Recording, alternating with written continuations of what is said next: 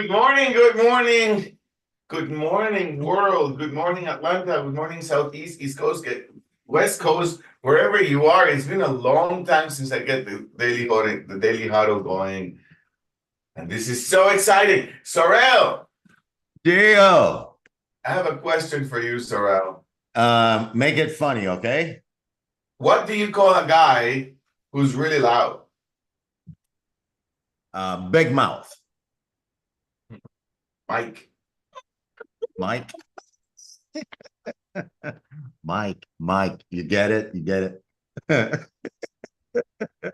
That's terrible. I know that's terrible. Good morning, everybody. Thank you for being here. Thank you for I joining the love Daily terrible Huddle this jokes. morning. I love terrible jokes. Yes, I love terrible jokes. Today we're gonna have a really important conversation. So I'm really happy you guys tuned in and you guys are looking at the recording and you gotta share this with someone because this is really at the heart of having and creating the life you want, having and creating the business you want. This is at the heart of actually building your business, actually growing professionally. Anything you want in life is going to be on the other side of today's conversation, really. So I'm gonna give you the topic and then we're gonna get right to it. So Sorrel, tell us what today's conversation is about. It's about this, Gio.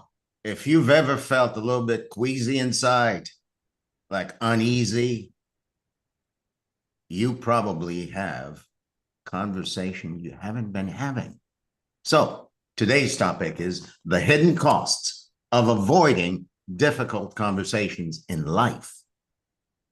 The hidden cost of avoiding difficult conversations in life. So this is really at the heart of all of it. Anything that you want to build in life at some point, anything, it's whether it's a professional relationship or a personal relationship, at some point, it's going to take having a difficult conversation with someone to continue to be in that direction. It's Yeah. not difficult conversations is not only for conflict. It's not only for deportation. It's not only for, okay, now I'm going to go in this direction and you're going to go in this direction. Difficult conversations are also at the heart of having a relationship work.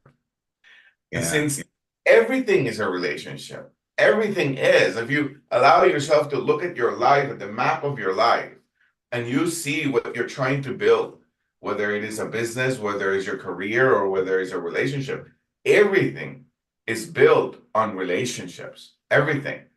So your capacity to discover, your capacity to train yourself on having difficult conversations will give you access to the life you're looking for. So this is at the heart of your life right now. So, Sarah, I'm thinking that we should get right into it. And I'm thinking that perhaps providing some tools, some tips on how to have difficult conversations. What are your thoughts? Yeah. Before we go there, though, Gio, I'd love for you and I to have a quick conversation to really qualify and clarify for people what we call difficult conversations. Now, mind you, to have a conversation is to open my mouth and say something, right? So there's nothing difficult about that part of it, talking, right? And to have a conversation is to actually select, well, not select, it's there for us to have the subject or the intention of the conversation and the person I'm having it with, right? So I guess the question I'd love to ask you, Gio, and let's have a quick conversation about that, is that what makes a conversation difficult, given the mechanics for talking are pretty damn easy? Right. I love what you're saying. So having any conversation is easy to have. It's just, open your mouth. Open And mouth. for me, Sorrel, when you actually say, well, let's define what a difficult conversation is. I'm going to say, Sorrel, maybe I'm going to be simplistic and you can make it a little bit more, not complex, but maybe define it a little bit more. I'm going to say any conversation you're unwilling to have. There I'm you going go. to say it that way, It, whether it's in business or whether it's in personal life, and also a conversation you're willing to have with yourself. You know what? I remember I wrote in my diary. Sorry, I found my diary a few days ago.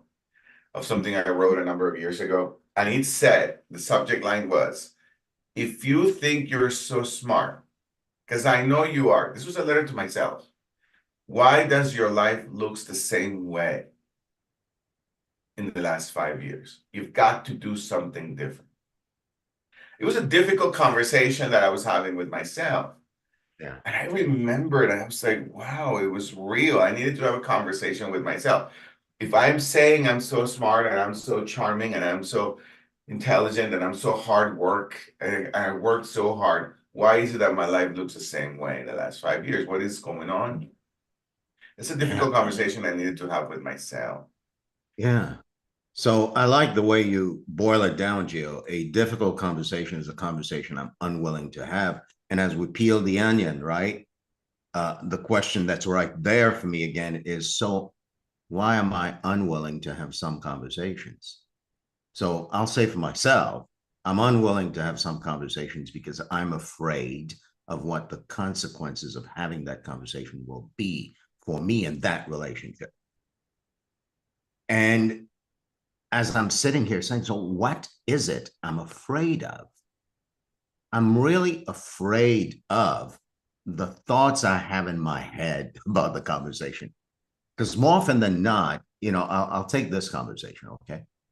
When Susan first and I first got married, Gio, when we saved up enough money to be able to buy a house, what I wanted to do, what I suggested we do, is buy a duplex. I wanted to start right out the gate investing. We wanted to buy a duplex so the people next door who rent that one side could pay our entire mortgage and we can live free. Susan said, hell no. I want to buy a home. I want privacy. I want my home for myself. I don't want to have other people. And I could understand that, but at the time, I didn't interpret it that way. You know what I said to myself? I said, you know what? My wife doesn't think I'm a good money manager. She doesn't think I'm smart, and she wants to do this. So I'm just going to yield to keep the peace. And you know what, Jill? When I look back at the first 7 years of my marriage, this year we'll have been married 38 years. I spent 7 years inside of that little hole for myself called, I'm afraid that when I say something to Susan, she's immediately going to disapprove. And I cannot bear uh, the the pain of that rejection, the pain of that disagreement, the pain of my wife back then not regarding what I say as law in a way, right? So for me, that was 7 years of difficult conversations. I didn't have difficult things to say that I didn't say, but they weren't difficult. I was afraid of something I made up. So I'm backing into the question, what is a difficult conversation? It's a conversation I'm unwilling to have. And more often than not, looking in my own experience, I'm unwilling to have it because I'm afraid of something I made up in my own head. That's what is there for me to say, Gio. Hmm. Yeah, I like what you're pointing to, Sorel. And when I'm hearing what you're saying in this possibility of a difficult conversation, I'm afraid of the consequences, right? And you're also pointing to a little bit deeper than that, and perhaps the consequences I'm afraid of, I'm making them up, right? And so what I'm also hearing is this aspect that I can relate to, that I can identify with myself about having difficult conversations, is something I have been learning on how to do, which Mm, is on be willing to validate the experience of another. And I mm, and I think that's something where have I have developed a little bit of practice on, but still is a little bit difficult in the context of having difficult conversations. If I want to have a difficult conversation with you or with my significant other or with an employee or with a client, and I just don't want to have it. Mostly what I see for myself is I am unwilling to validate their experience. Because I only want my experience to be validated. Oh my God, Gio, I love that. Yeah, not necessarily yours, not necessarily theirs. And I think an aspect of that, and an aspect of taking a look at what it is, what is that, what is that place where I find it fearful to listen to another? What is that place that I find it fearful to listen to another allows for the space for a difficult conversation? Wow, wow, Gio, I love what you just said, right? It's kind of like I'm afraid of what I made up in my head. And I'm also afraid of the experience you're having, which could invalidate what I have in my head. uh, Yeah. So that's one aspect that there's two examples I have in my life, Sorrel. One of them is one of our clients, right?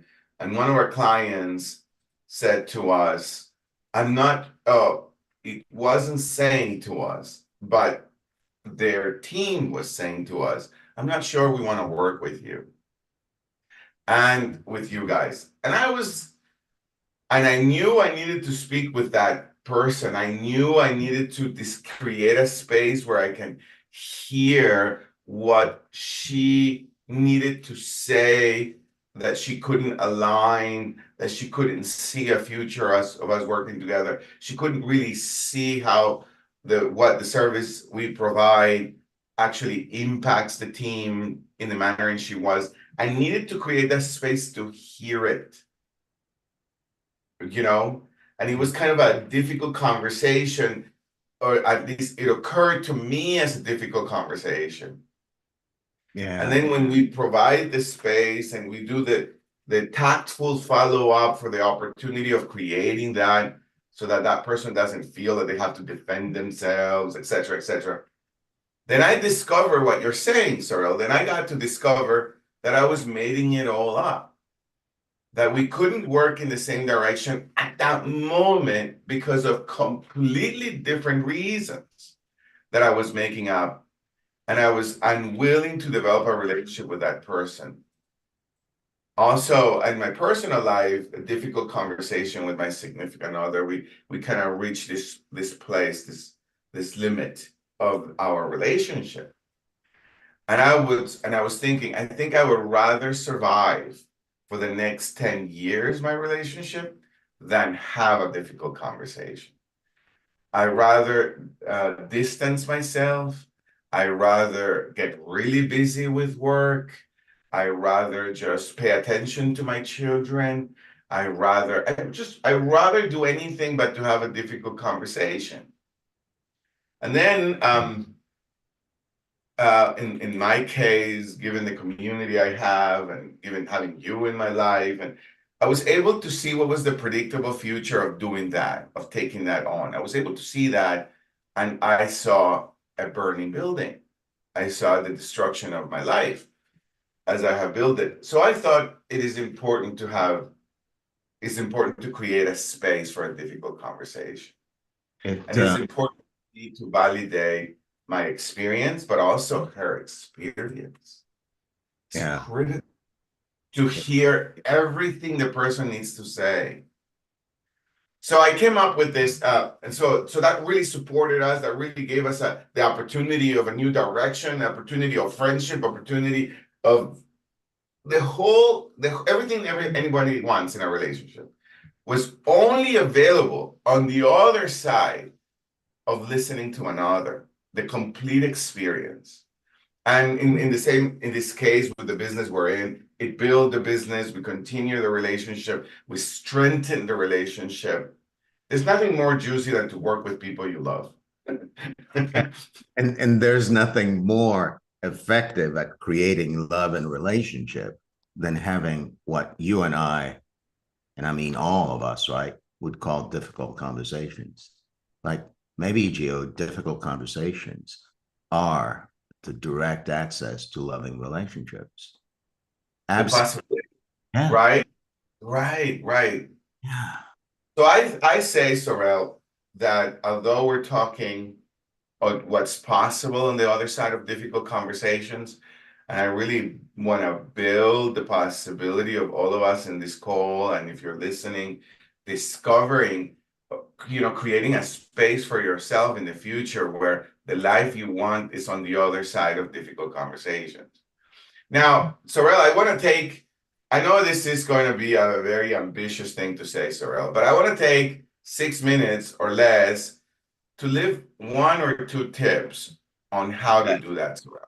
Because I don't Okay. want to just talk about it. I want to leave some tips on how to have Yeah, difficult. absolutely.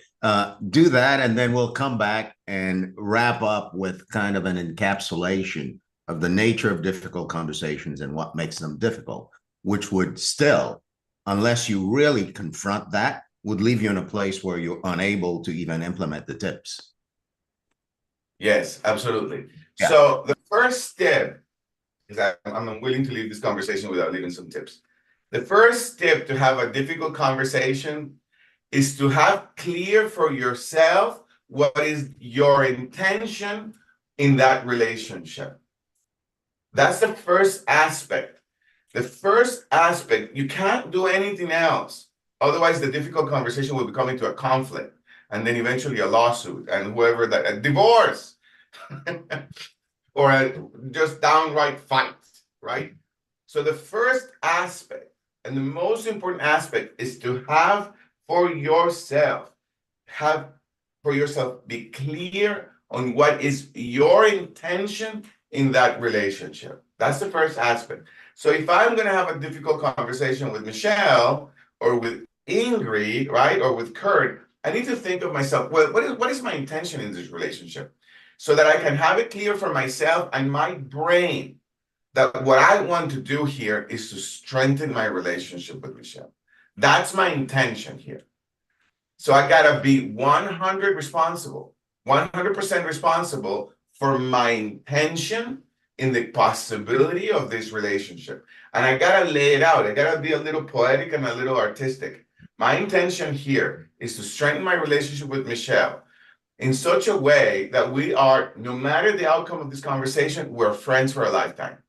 So it's a little poetic, but it is framing my brain to be creative and to create a space for her experience in life, right? Or for Kurt's experience. So the first thing is the intention. Without intention, as my friends will say, you're screwed. Oh my God, I love the way you swallowed that. You're screwed, right? So that's the first intention. Anything you want to say about the first intention? No, you've got 6 minutes, brother. It's 9:19. Go, go. Okay, 2 minutes, 2 more minutes, 2 more minutes. The second step is to tell the person before you start the conversation what your intention is. So before I have a difficult conversation with Kurt, I'm going to tell Kurt, I want to have a conversation with you, but first I want to lay out what my intention is.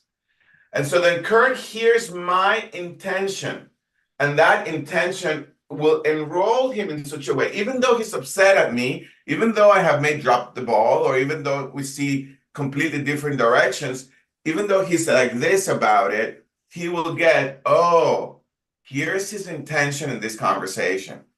And even though he could be skeptical about it, it's like, yeah, at least Gio never listens, so I don't even know why he's telling me his intention anyway.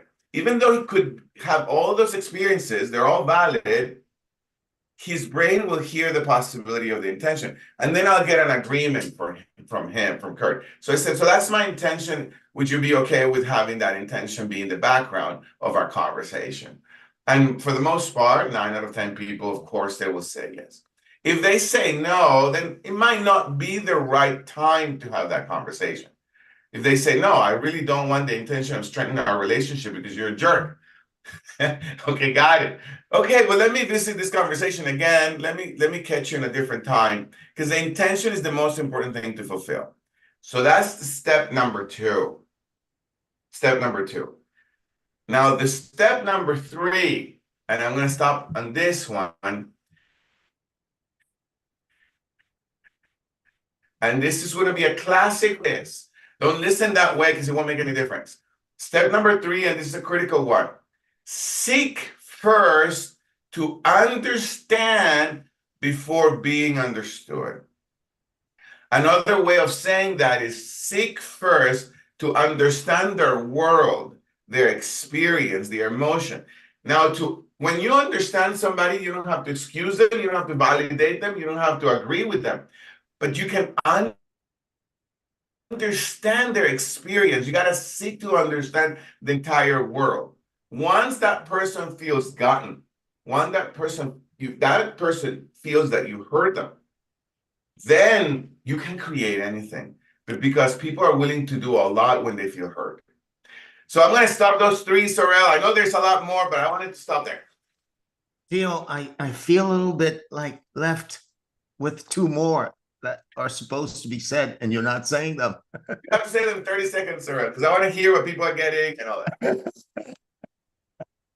that. Well, we'll open it up, but before you open it up, I know a lot of you came into the conversation a little bit after it began. The topic is the hidden cost of avoiding difficult conversations in life. And Gio peeled the onion to discover that maybe there's no such thing as difficult conversations. It's only difficult because of what I'm seeing in my head, the consequences I'm afraid of that are made up. And also, Gio, I love the way that you pointed to that my unwillingness to be with another person's experience is also what makes conversations difficult for me. But once I confront that, I can use these 3 steps and have any conversation with anybody, anywhere, under any circumstance. 3 steps, folks. The first one is create for yourself very clearly the intention of the relationship, which gives you the intention of the conversation. Share that intention with the other person. And guess what? You will get alignment almost 100% of the time. And when you don't, maybe it's not the right time. And last but not least, seek first to understand. Now, you and everybody else on the face of the planet know everything we've just said. Knowing that doesn't give you jack. Practicing that is very different. So now Gio and I would love to hear from you, your questions, your yeah buts, your, whatever words that I'm swallowing now. Comments, questions. We're going to wrap up very soon, and we'd love to hear from you. Stan, Kurt, Emma, great to see you, Kemma, Michelle, Ingrid. Anyways, thank you all for being here. I really absolutely love you. Yeah. Go Come on. ahead, Michelle. This whole conversation reminds me of an amusing conversation that I hear a lot when a guy wants to buy another motorcycle. Oh, my wife is going to kill me. Oh, I can't have that bike. And you will hear the retort from all of their buddies. Hey, dude, it's better to beg forgiveness than to ask for permission.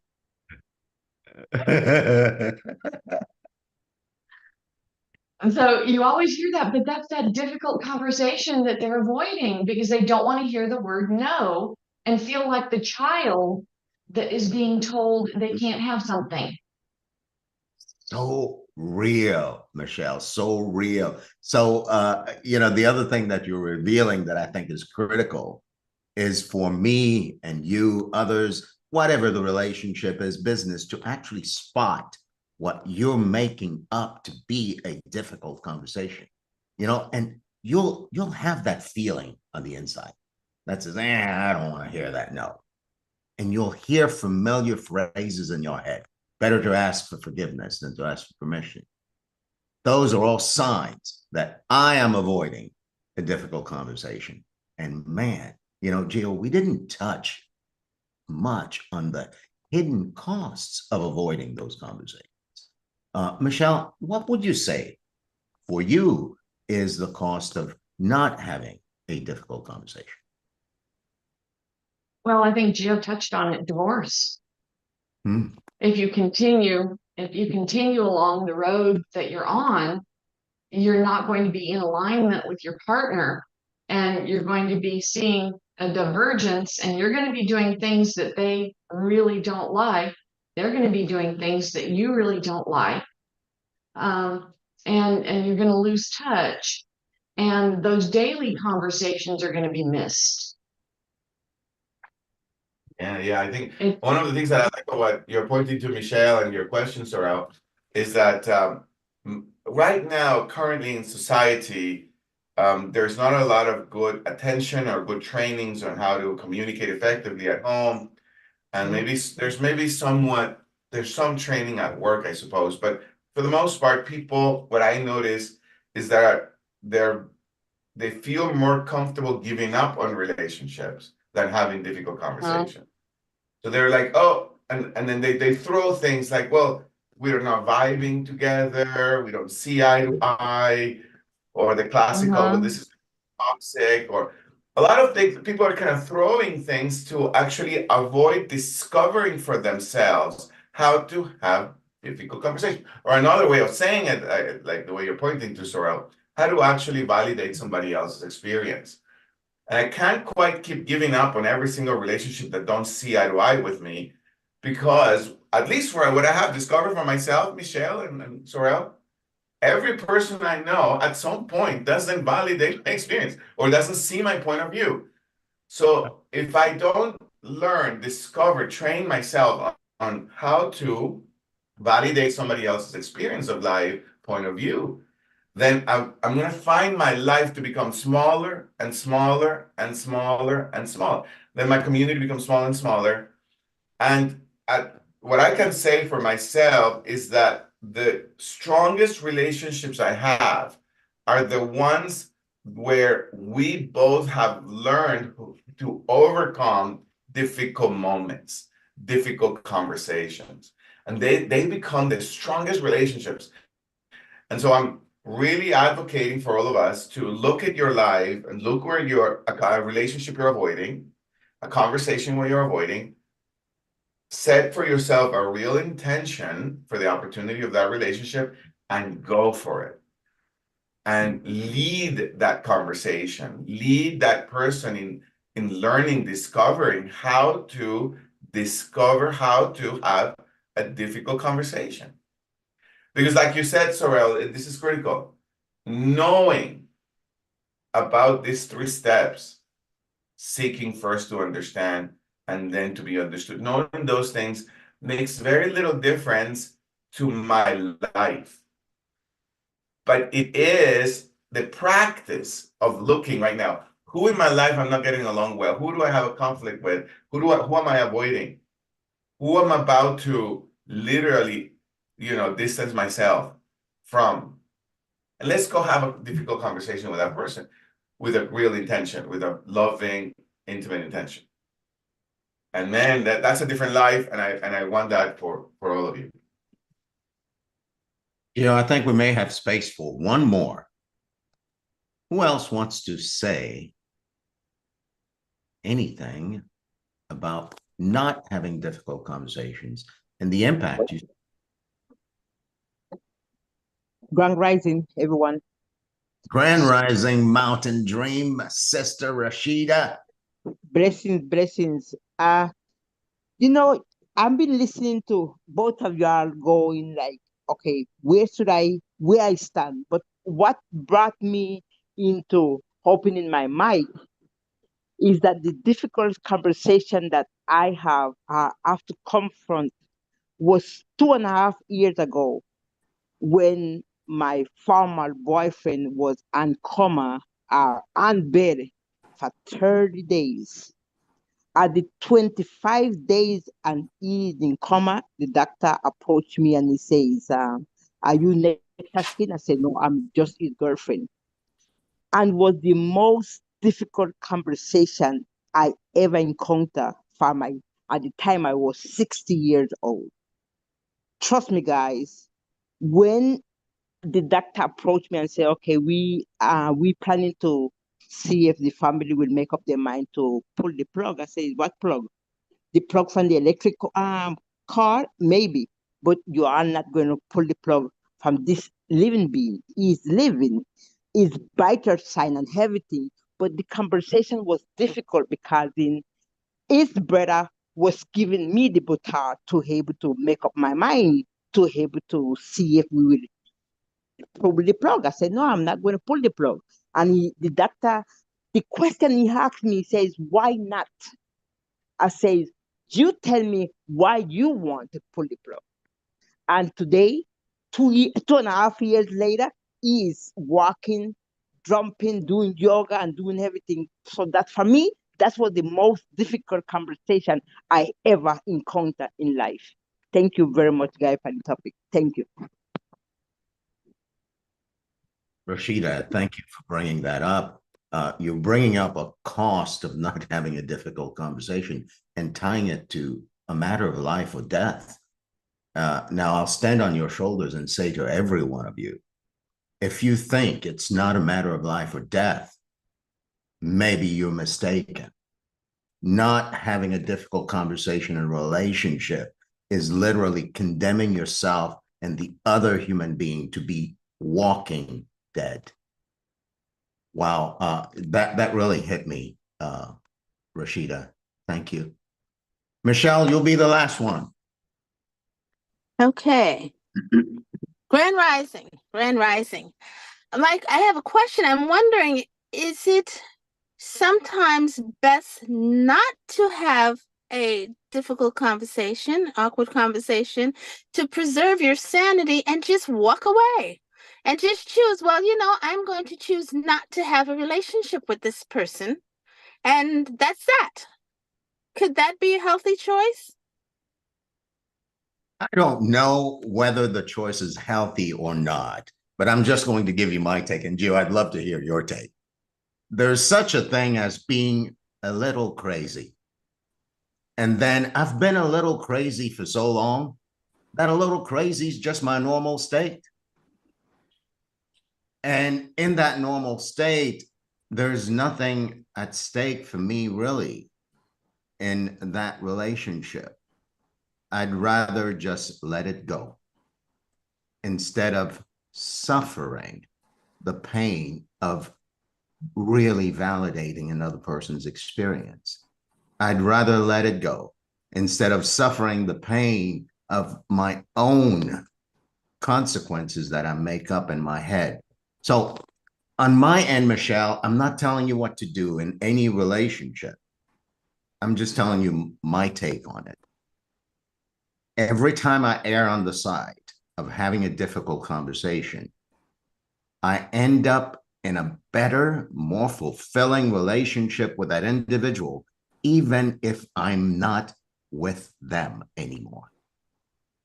So there's a very big distinction for me between being in a relationship and being with someone. Mostly, I think in the world, we equate being in a relationship to actually having to see the individual or having to be in the same room with them or having to do certain things with them. No, maybe consider that when you cut ties and walk away, the state of that relationship is the relationship you end up with for the rest of your life. Thank you. That's clear. Thank you. Yeah, thank you, Sarah. I'm going to say the same thing, Sarah, but I'm just going to use maybe a few different words, but I'm really going to say the same thing. In those occasions when it occurs to me as it is healthier to not have a relationship with someone, and there has been those occasions, I do have discovered for myself, and I do highly invite others. I invite you, Michelle, if it actually is a real case for you, to have a conversation with that person to complete the relationship. It's a conversation you have with that person to say, I want to thank you for this, and I want to thank you for that. I'm not here to judge the possibility that life is. It's difficult to be human beings. Clearly, at this point, I think we should take some steps to distance ourselves to restructure the possibility of our relationship. And maybe it's going to look in who knows in what direction it is. But that gets complete Absent of having a conversation with someone to complete that relationship, people and their brains go crazy. People, that's when people become stalkers. That's when people do crazy things. People do crazy things when they're not heard. People get really, really hurt when they're not heard. Currently, in the world of relationships, oh my God, do I hate that people are doing this now. Currently, in the world of relationships, people are ghosting people. That is the most hurtful thing you can do to a person at the level of the brain. Well, the moment you stop calling somebody, the moment you completely cut ties with somebody without saying goodbye, at the level of the brain, it feels like a real punch in the guts. And because the consciousness of someone doesn't stop creating stories, they make up the worst stories in the world. I'm the worst, I'm ugly, I'm never amount to love. Who knows what people make up? So I don't know. This is a public announcement. Please don't ghost people. Just let them know you're not going to continue to be there. Okay. Thank you very much. I will make a call to complete a relationship and say, you know what, just pretty much what you just said, Gio. Because that's what I did. I just stopped calling. I blocked my number. I heard some things. This is not a very he's not being a very nice person, and I said, no, I'm not going to associate any longer be his friend because of some bad behaviors that I've heard and know that he has involved himself in. But I will be courageous enough and respectful enough to let him know, like, you know what? Yeah, just complete the conversation. Thank him for his Yes. time and anything you need to say. Yeah. Create a powerful intention and then complete it. Okay, will do. Thank you. Yeah. It's awesome. No judgment. Without Irma. judgment. Yes. No, Thank you for awesome taking sauce. my- Thank you, Michelle. Go ahead, Emma. Thank you for taking my comment. And I just wanted to comment on Michelle and Eugeo about when it's not responsive, when you don't get the response that you want. You have to just let it go. I know I've had, doing sales, insurance, I've had people who didn't want to respond to me. I've had a man who, every time I said something while I was in his business, just go negative on me, which was okay. I smiled and I finally left. I had another man who I called many, many times, and he says, one thing about you people, you sure do call a lot. Well, that was me. And he said, I would never do business with you. I said, okay, thank you. And you just have to move on.